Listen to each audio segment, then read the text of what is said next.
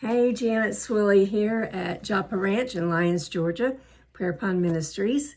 We're still in Matthew 21, and we're going to pick up where we left off, and that was, we were talking about the Passover crowd being composed of three different groups, and while the people saw Jesus as the fulfillment of prophecy, and felt certain that they were going to have their liberation from Rome, they didn't understand the kingship of Jesus.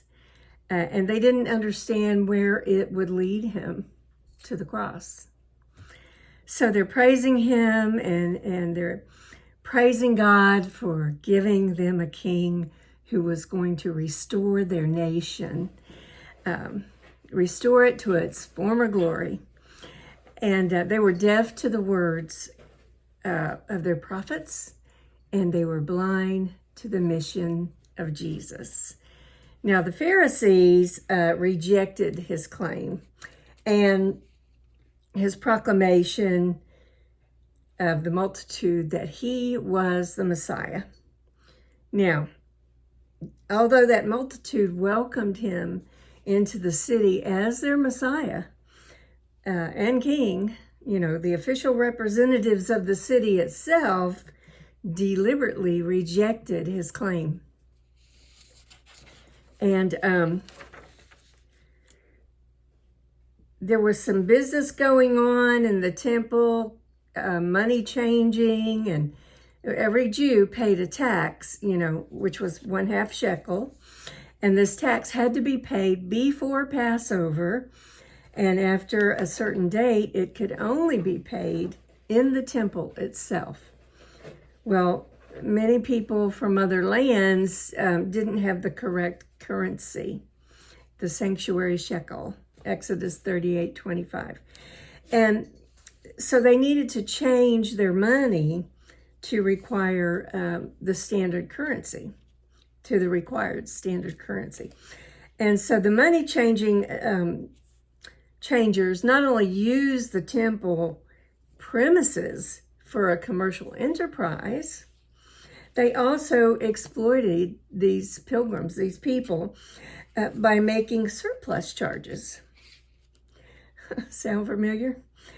Well, sometimes those reached as much as 1/4 of the actual value of the tax itself.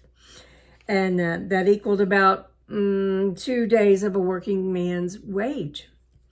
So it was this abuse of power, abuse of the poor within the very precincts of the temple itself that just infuriated Jesus.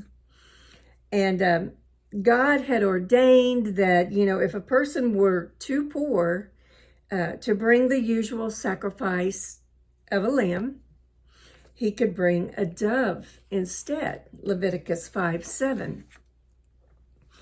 All sacrificial animals were required to be without blemish, Exodus 12:5. Now, official inspectors would inspect the animals, and they were in the habit of turning down any sacrificial animal not purchased on the temple precinct. And a pair of doves, purchased in the temple court cost 20 times more than the doves that were purchased outside the temple. Now, the stalls where these animals were sold were the personal property of the family of the high priest of that day, Ananias. Now,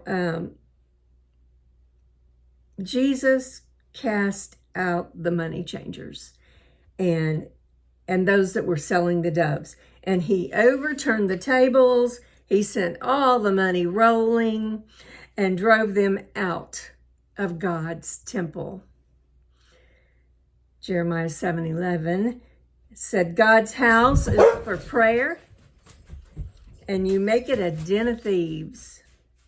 And then Jesus watched the blind and the lame coming to him, and he stood in the court and he healed them.